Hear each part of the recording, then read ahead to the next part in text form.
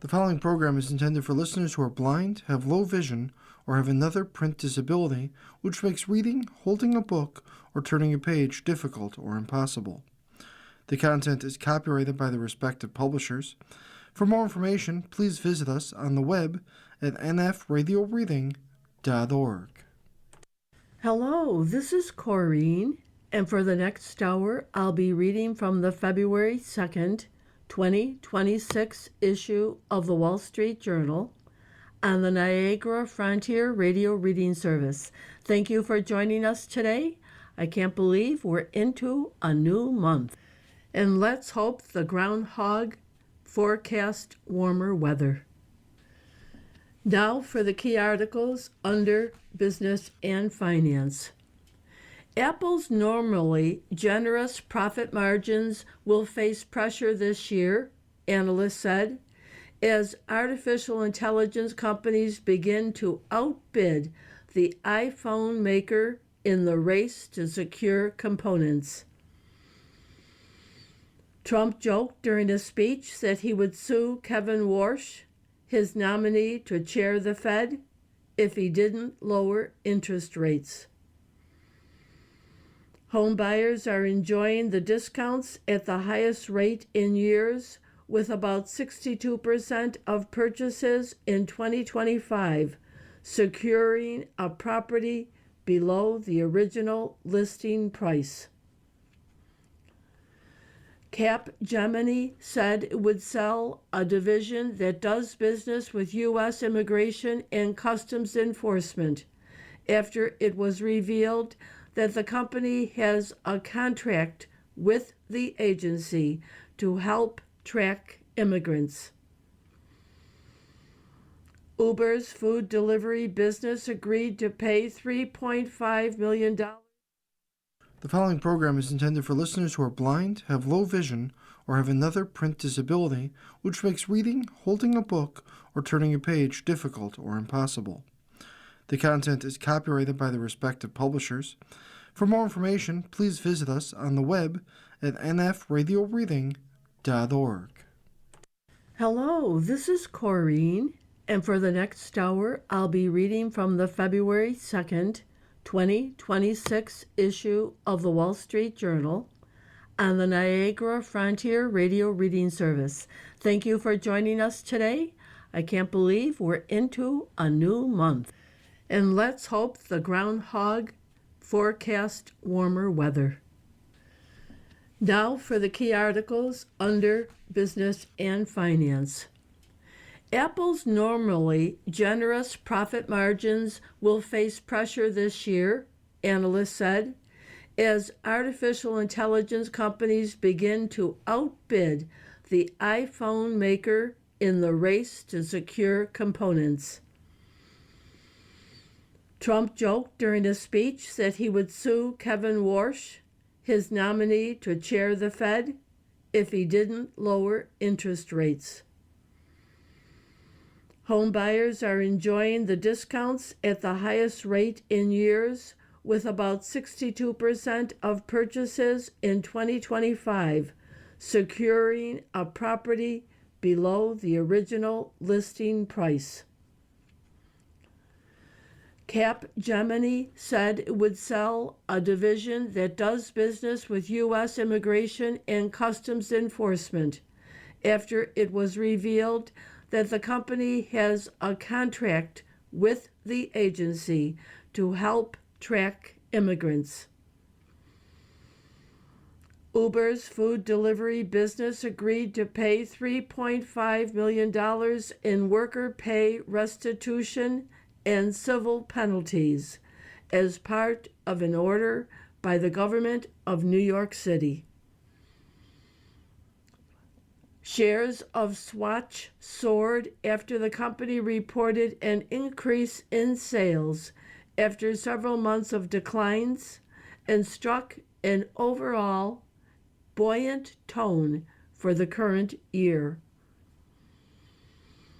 UPS has generated roughly $3.5 billion in savings as it slims down, but its chief financial officer said the company still has to boost the profitability of its package deliveries. LG Electronics fell into the red after 3 profitable quarters, ending 2025 on a weak note amid sluggish demand recovery and rising business costs. Now for the key articles under the Worldwide section. The House faces a close vote to end a partial government shutdown this week after Democrats pushing for sweeping changes to immigration enforcement signaled they wouldn't help the Republican majority pass any funding measures through the narrowly divided chamber. A federal judge declined to immediately halt the federal immigration enforcement surge in Minnesota, saying she lacked the authority to do so at this point. A judge ordered the release of a 5-year-old boy and his father who were detained by immigration officials in Minnesota, calling their treatment unconstitutional.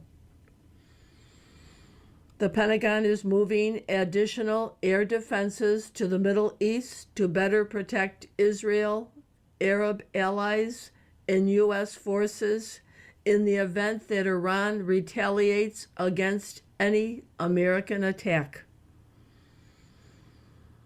A state-level Democratic win in a Texas region that voted for Trump by 17 points threatens to disappoint Republicans' hopes for the midterm elections.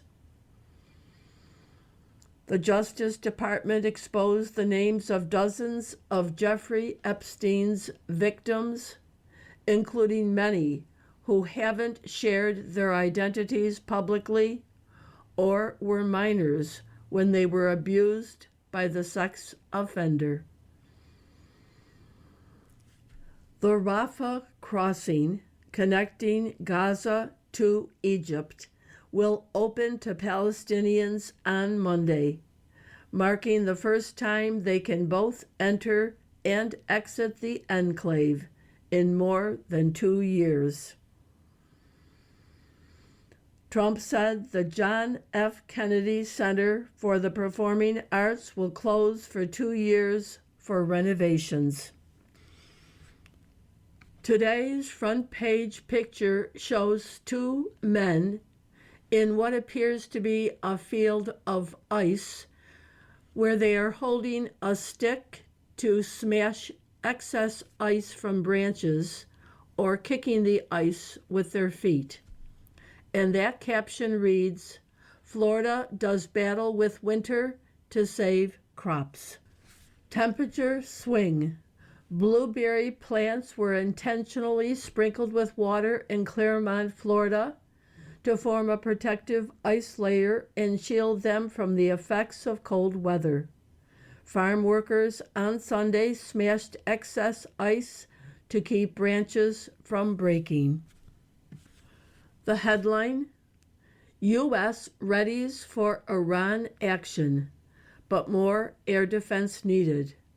Pentagon moves to protect Israel, Arab allies, its own forces, if Tehran retaliates. By Lara Sigelman, Shelby Holliday, and Michael R. Gordon. President Trump's promised armada has arrived in the Middle East, headed by the USS Abraham Lincoln Aircraft Carrier Battle Group, and sophisticated F-35 jets have moved closer to the region. Trump has yet to say whether and how he might use force, but American airstrikes on Iran aren't imminent, U.S. officials say, because the Pentagon is moving in additional air defenses to better protect Israel, Arab allies, and U.S. forces in the event of a retaliation by Iran and a potential prolonged conflict. The U.S. military could conduct limited airstrikes on Iran if the president were to order an attack today, U.S. officials said. But the kind of decisive attack Trump has asked the military to prepare would likely prompt a proportional response from Iran, requiring the U.S. to have robust air defenses in place to protect Israel as well as American troops, the officials said. The military has air defenses in the region, including destroyers capable of shooting down aerial threats, but the Pentagon is deploying an additional Terminal High Altitude Area Defense, or THAAD, battery and Patriot air defenses to bases where U.S. troops are stationed across the Middle East, including Jordan, Kuwait, Bahrain, Saudi Arabia, and Qatar, according to defense officials, flight tracking data, and satellite imagery. THAADs can intercept ballistic missiles above the Earth's atmosphere, while Patriots defend against lower altitude, shorter range threats. The air defense question is key, the extent to which we have sufficient material to ensure that our troops and assets in the region are going to be protected from some kind of Iranian retaliation, said Suzanne Maloney, a former State Department official on Iran policy in the Bush and Obama administrations. White House spokeswoman Anna Kelly said Trump has many options at his disposal with regard to Iran, adding the president has stated he hopes that no action will be necessary, but the Iranian regime should make a deal before it is too late. Trump told reporters he believes Iran is negotiating seriously, but also warned of big, powerful ships heading in that direction if diplomacy were to fail.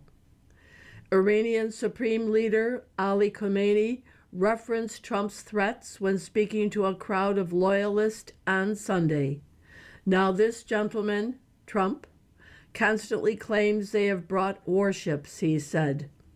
The Americans should know if they start a war, this time it will be a regional war.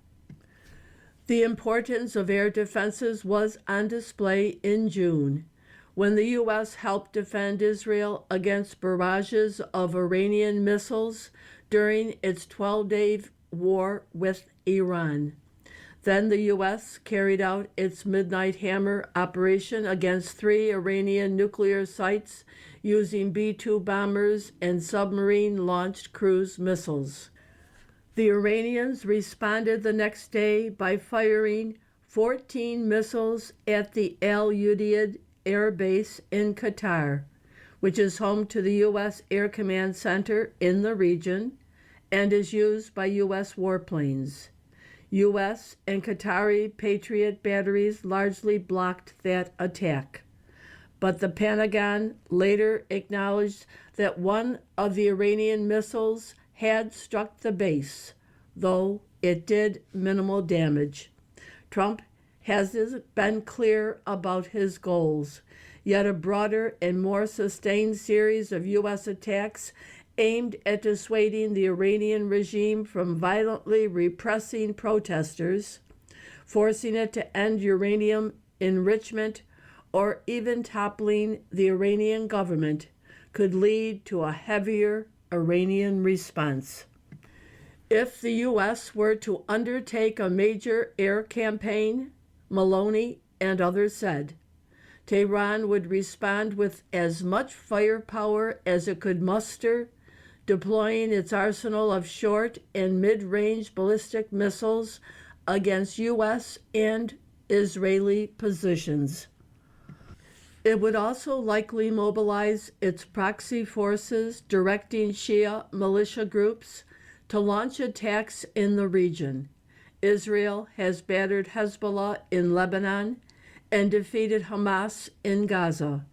But Tehran could encourage Yemen-based Houthis to target tankers and launch drone and missile strikes against civilian and military infrastructure in the region, and Iraqi militias and extremist groups in Syria could also mount attacks.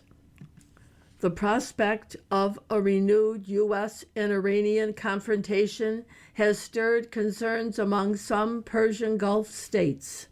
Last week, Saudi Arabia and the United Arab Emirates said they wouldn't allow their airspace and territory to be used by the U.S. to attack Iran. The announcements were intended to insulate those Gulf states from Iranian retaliation. Gulf states are also readying their own air defenses. Saudi Arabia has purchased 7 THAAD batteries, a few of which have been delivered, a Gulf state official said.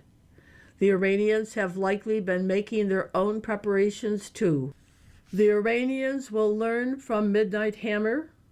They will learn from Rising Lion, said Armagost, using the names for the U.S. and Israeli air campaigns against Iran.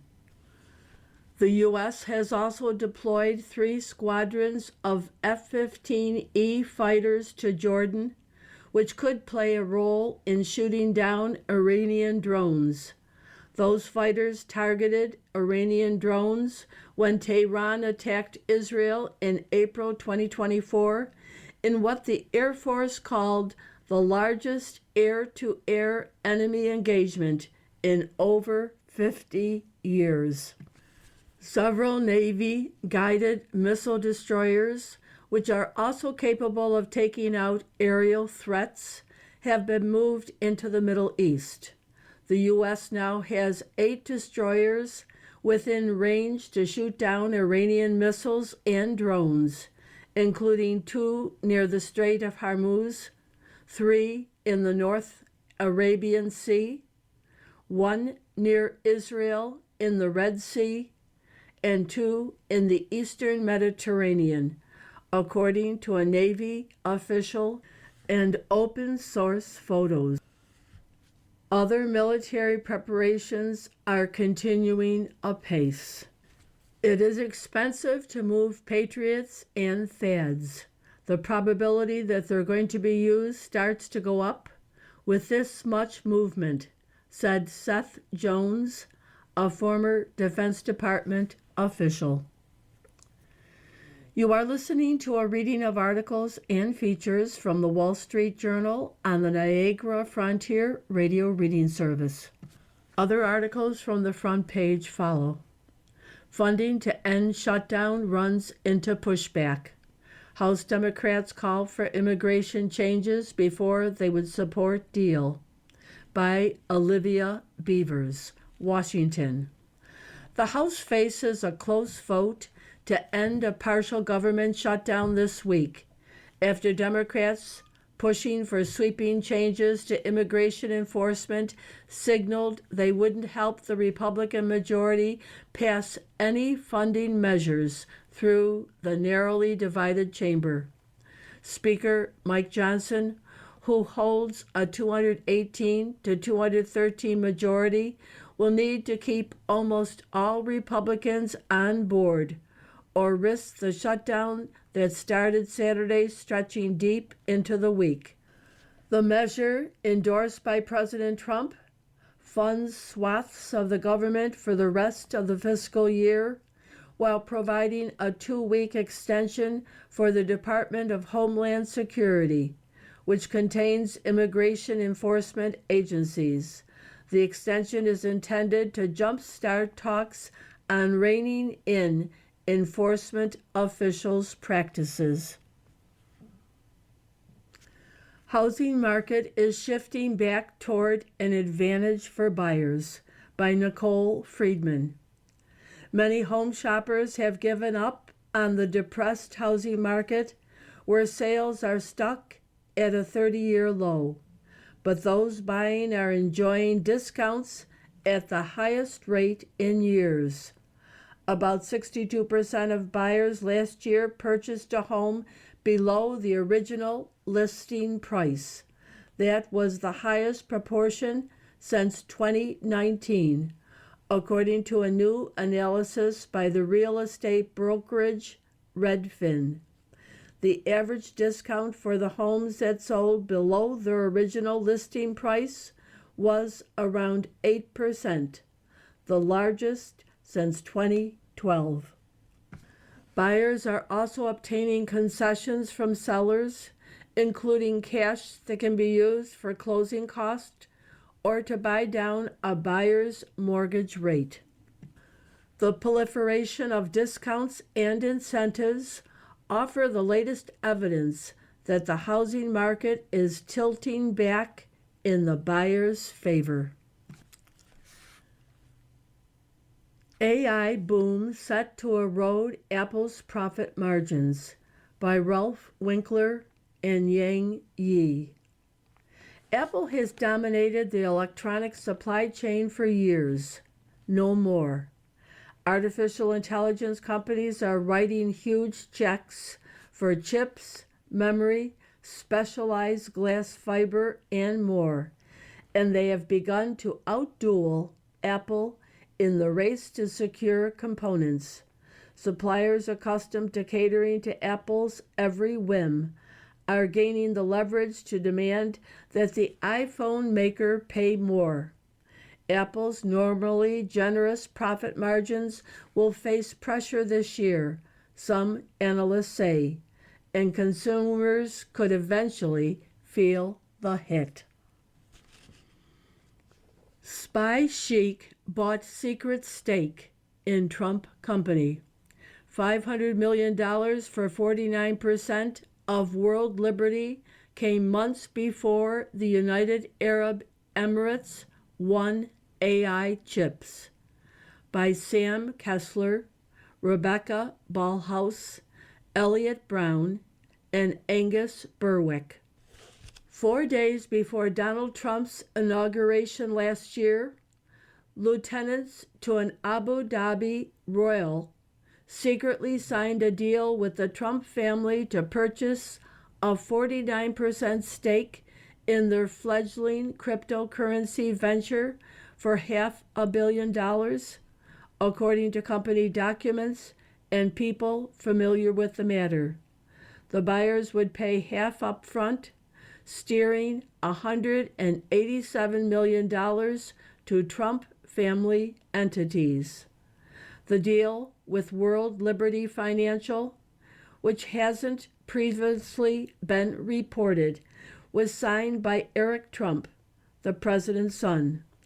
At least $31 million was also slated to flow to entities affiliated with the family of Steve Witkoff, a World Liberty co-founder who weeks earlier had been named U.S. envoy to the Middle East, the document said. The investment was backed by Sheikh Tahnoun bin Zayed Al Nahyan, an Abu Dhabi royal who has been pushing the U.S. for access to tightly guarded artificial intelligence chips, according to people familiar with the matter. Tahnoun, sometimes referred to as the Spy Sheik, is brother to the United Arab Emirates president, the government's national security advisor, as well as the leader of the oil-rich country's largest wealth fund. He oversees a more than $1.3 trillion empire funded by his personal fortune and state money that spans from fish farms to AI to surveillance, making him one of the most powerful single investors in the world.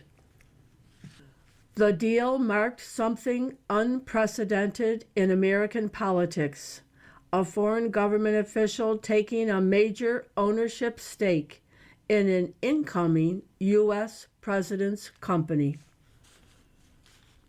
Alcaraz takes down Djokovic. The 22-year-old from Spain became the youngest man to complete a Career Grand Slam by Joshua Robinson. Only 48 hours before the Australian Open final, Novak Djokovic had played one of the matches of his life. He had reached deep into his 38-year-old reserve to outlast Jannik Sinner and give himself a shot at his 25th major title. The trouble was that beating Sinner was only half the battle.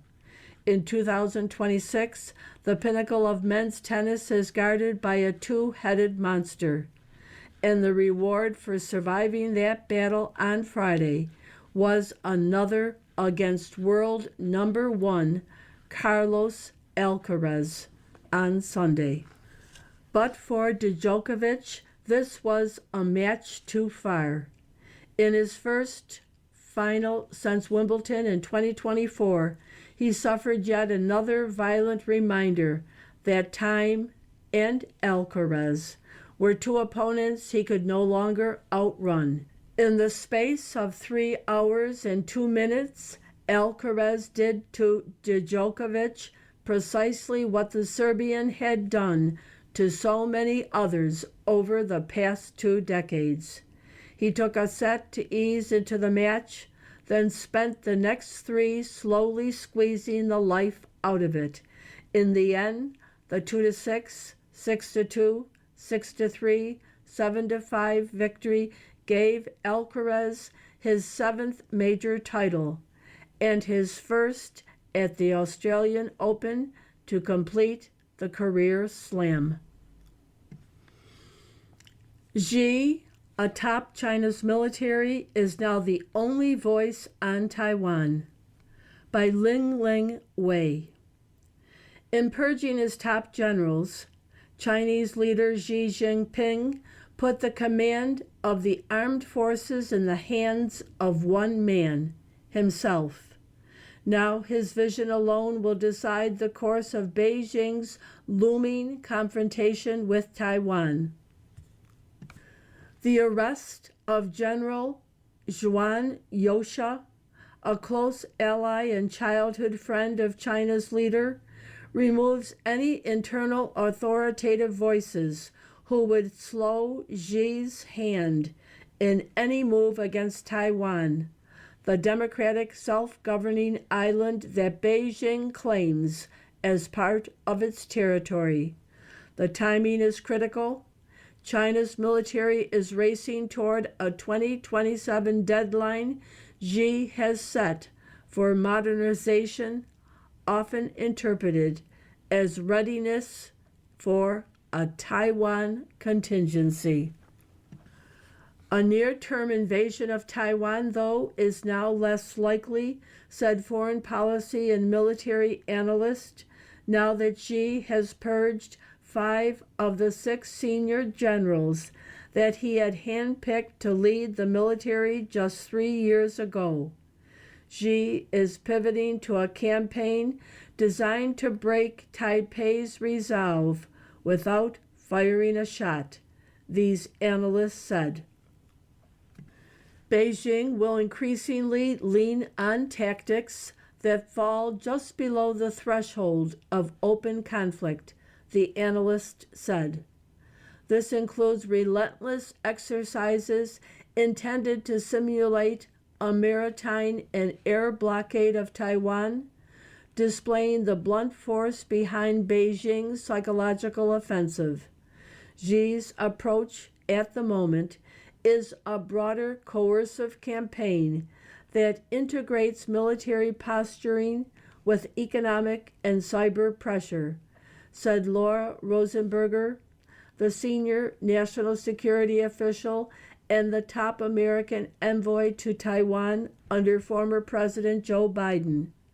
Beijing is also opening new fronts through legal warfare, using domestic Chinese law to target Taiwanese officials and raising the risk for Taiwanese people to travel to the mainland, as activities once considered routine political expression can now be reclassified as criminal offenses.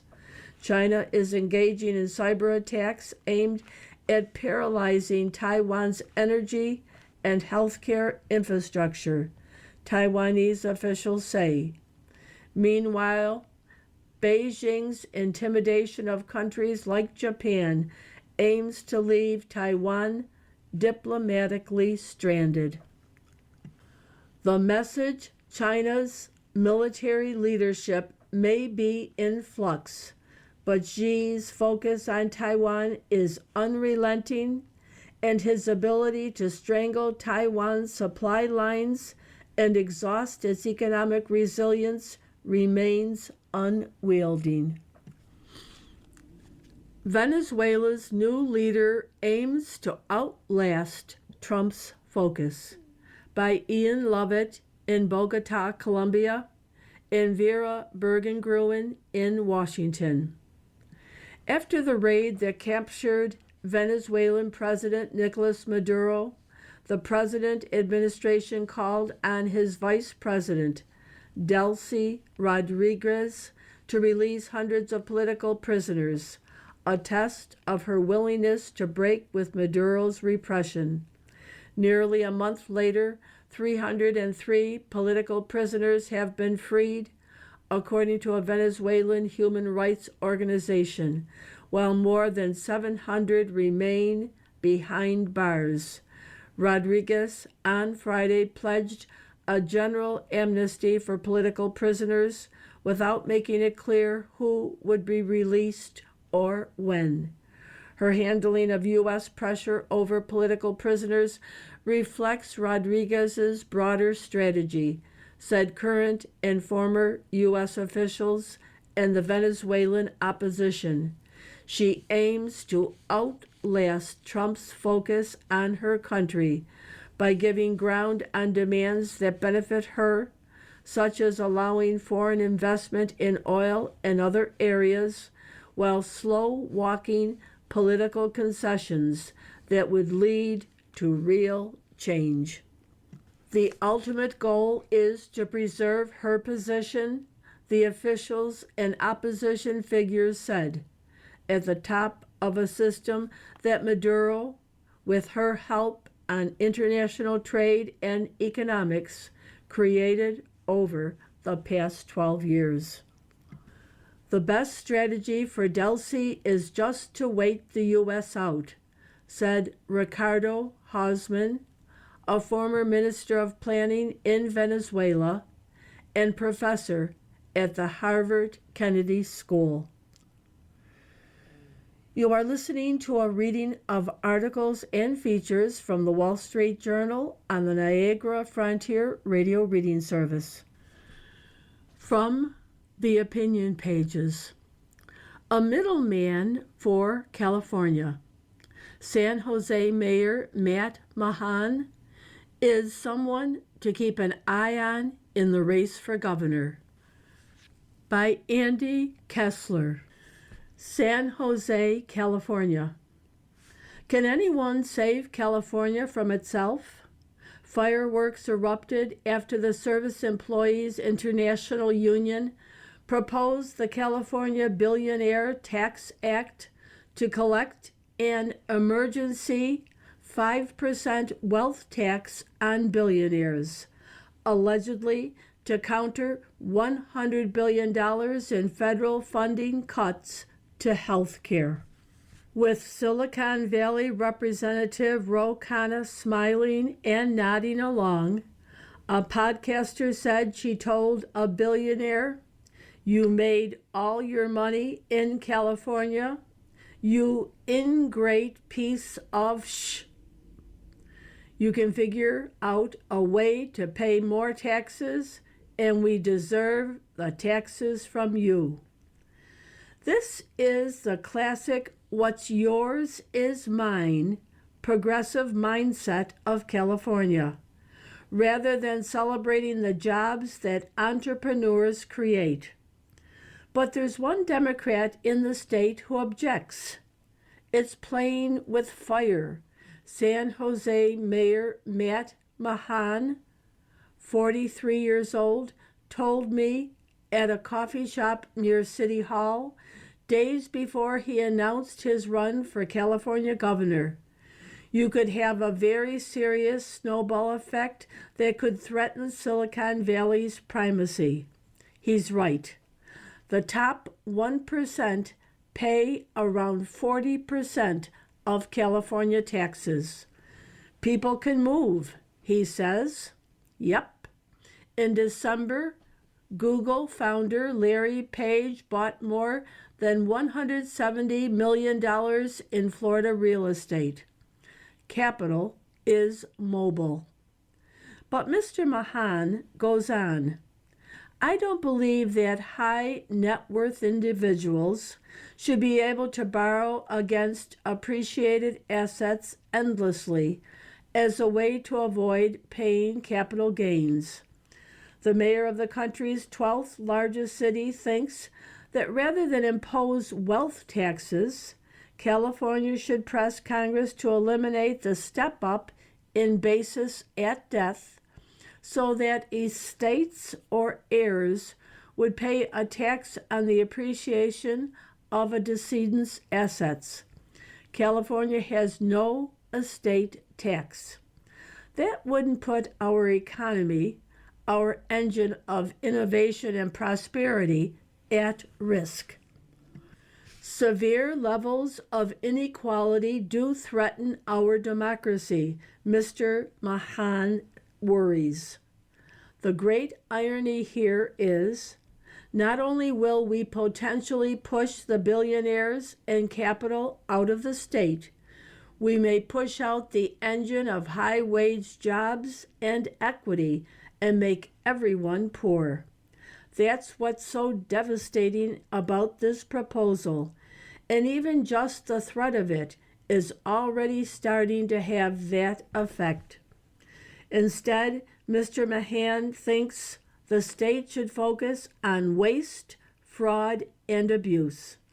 I don't get politicians who defend the status quo and pretend that government couldn't possibly be more efficient, more effective, more technology-enabled.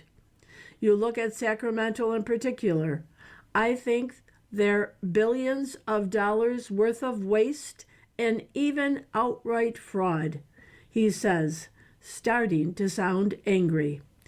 I don't know why politicians seem to think they can exempt government from needing to invest in productivity gains every year. Mr. Mahan knows of productivity from his previous work at startups. What the mayor calls street homelessness is another perennial California election issue.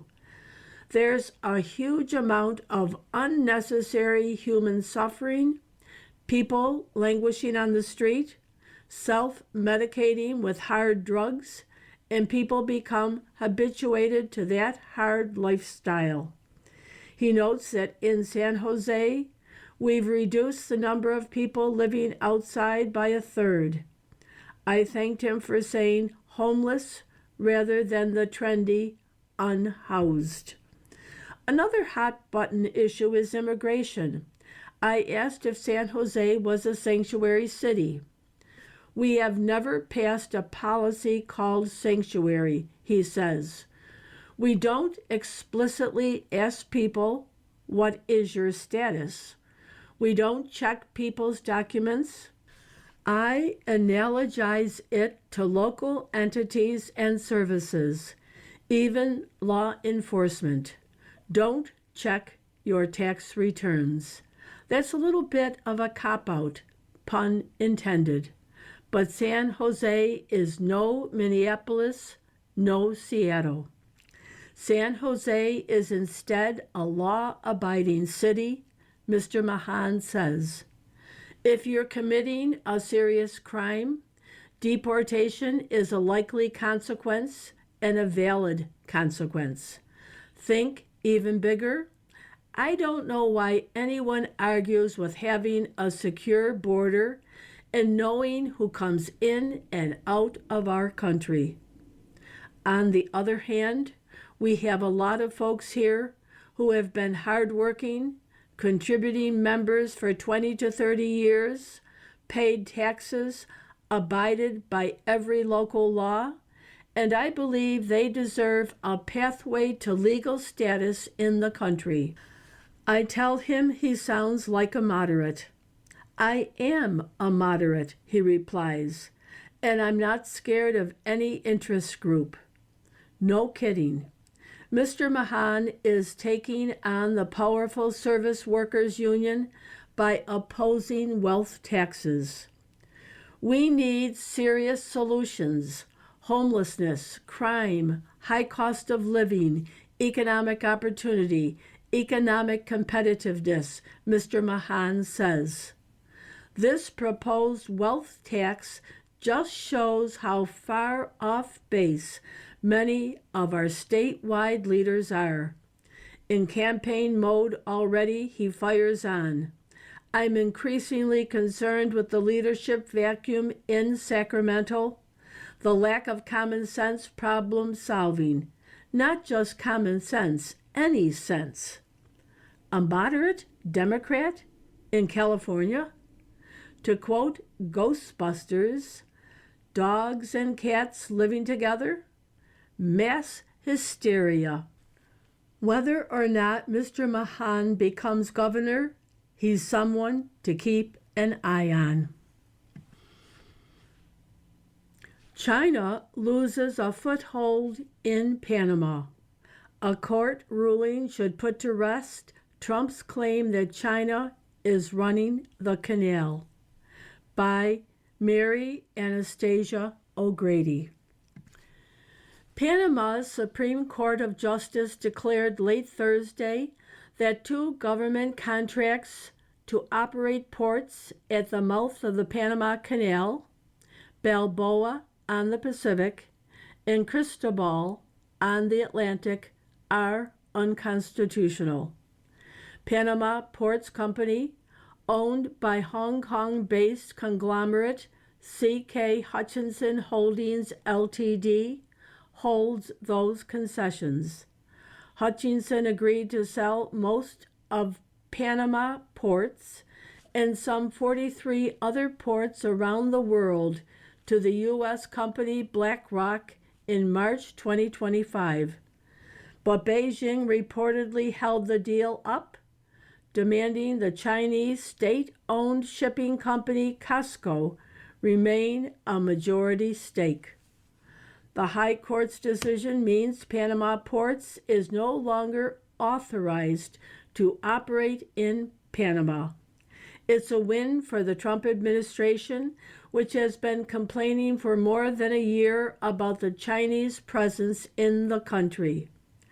Panamanian President Jose Raul Mulino, a U.S. ally, has already withdrawn Panama from China's Belt and Road Initiative. Now the 2 port concessions will need to be auctioned off. It remains to be seen how Panama will ensure that China is blocked from the bidding, but it almost surely will be. The ruling is also a win for Panamanians.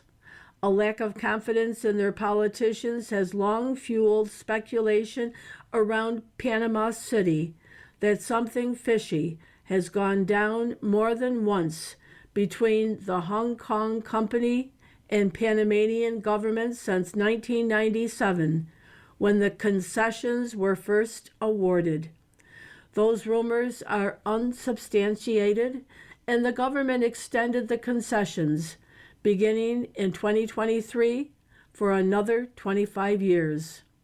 But an April 2025 audit report by Panama's controller found irregularities, including alleged non-payment of fees that might have cost Panama hundreds of millions of dollars. Panama Ports rejected the auditor's findings. But if the High Court's recent ruling forces greater transparency in government deal-making, it's good news for the nation. The court's decision also puts to rest Trump administration assertions that China is running the canal and that the U.S. needs to invade Panama to kick Beijing out. There was no reason to believe that in December 2024, when President-elect Trump began loudly insisting the interoceanic passage belongs to the U.S. The claim is even farther fetched today. Charges that the Panama Canal Authority is in cahoots with China have always been specious. Panamanian air and maritime services guard the waterway. Outlandish claims by the U.S. president that Chinese soldiers are lovingly but illegally operating the Panama Canal are demonstrably false. The ports aren't part of the canal, and it isn't true, as the U.S. Federal Maritime Commission chairman claimed at a Senate committee hearing last year, that ships using Panama's ports facilities can block passage. There have never been any Belt and Road projects under the Panama Canal Authority, which is an autonomous legal entity and has never been involved in a corruption scandal. Some 99% of the authority's employees are Panamanian. Mr. Trump claims the U.S. lost 38,000 lives in building the canal. That's fake news, too. Historian David McCullough, author of The Path Between the Seas, wrote that there were 5,609 deaths during the canal construction, and only 350 were white Americans. Most were migrant workers from the West Indies. It's also worth noting that the third set of locks, completed in 2016, were built by the Panama Canal Authority. It raised the financing on its own. The modern locks handle Neo-Panamax ships, doubling the capacity of the canal. The U.S. has zero claim to that property. While the Panamanian court ruling can't be appealed, the company can request a clarification that could take weeks or more. After that, the unresolved matters are the company's right to compensation and the amounts Panama might owe. Most likely, the claims will be handled at the World Bank's International Center for Settlement of Investment Disputes in Washington and the International Court for Arbitration in Paris.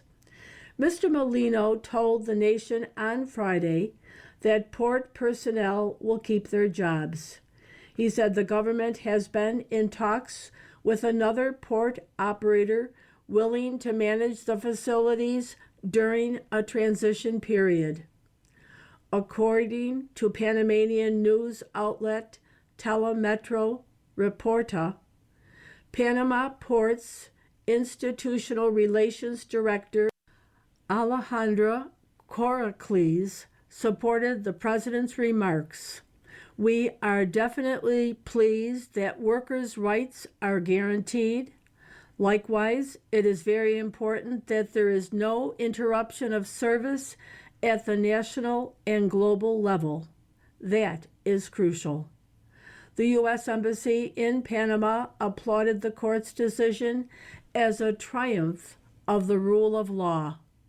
China is less sanguine.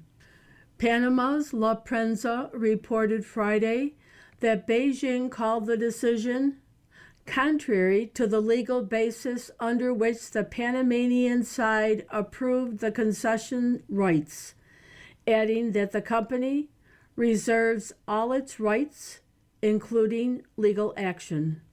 See you in court, as they say. You are listening to a reading of articles and features from the Wall Street Journal on the Niagara Frontier Radio Reading Service. A centenarian on the state of his adopted country.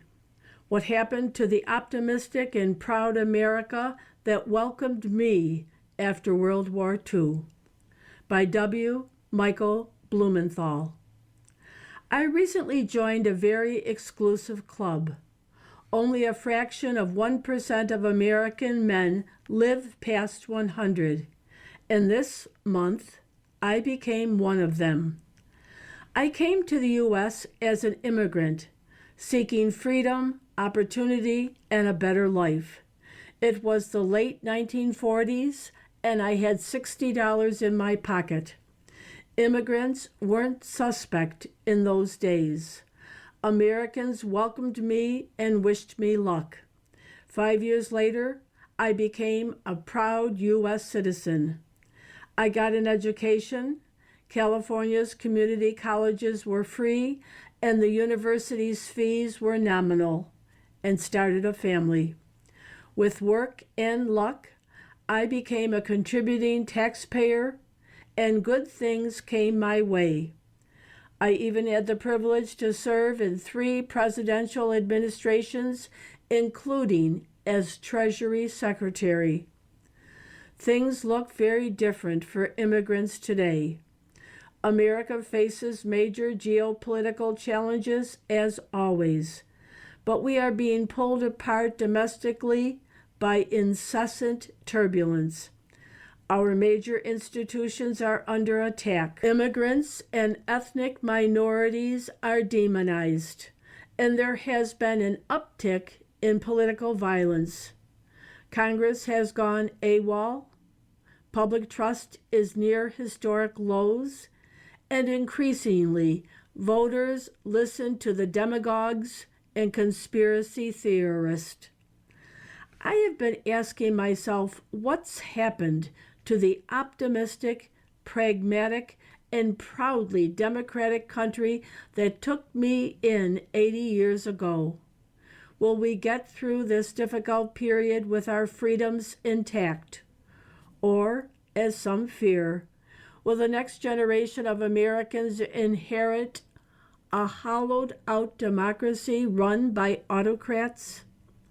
One thing to be said for old age is it helps you recognize patterns from a remembered past. My family barely escaped Germany with their lives because in a world turned upside down by war and economic disaster, too many had listened as Adolf Hitler trashed democracy, promoted nationalism, and blamed Germany's problems on the Jews and other minorities. 100 years later, the world has again been turned upside down, this time by revolutionary technological change. The world economy is more intertwined, trade patterns have changed, and some jobs have disappeared. People crossing porous borders are considered a threat to cultural and religious norms. That is why extreme right nationalist parties have been scoring big gains in Europe, while something similar happens in the U.S. These are fraught times for our cherished democracy. The White House attempts to govern by executive fiat as a polarized Congress fails to supply checks and balances, creating a dangerous situation. Some people fear more of the same over the next 3 years and beyond.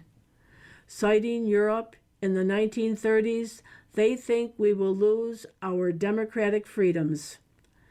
I have reached a different conclusion. Perhaps it is my long life, beginning in Europe, that helps me recognize the similarities but also the differences.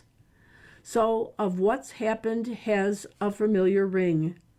Raucous rallies, nationalistic rhetoric of grievance, ignoring legal constraints, attacks on minorities, judges, media, and cultural institutions, threats against political opponents, flexibility with the truth, and extravagant promises mostly unmet.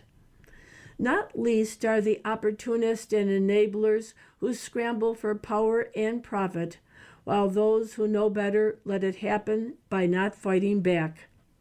But the U.S. today isn't Europe 100 years ago. I have faith in our democratic institutions and the common sense of the American voter. Americans aren't ideologues, they are pragmatists.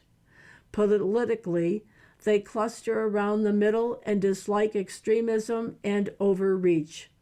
They dislike the rhetoric of violence, the military on their streets, and the arrest of working people in stores, churches, and schools. Nor are they, on principle, opposed to immigrants. First and foremost, they expect elected officials to address urgent problems like rising prices and runaway health care costs, the lack of affordable housing, poverty, and need.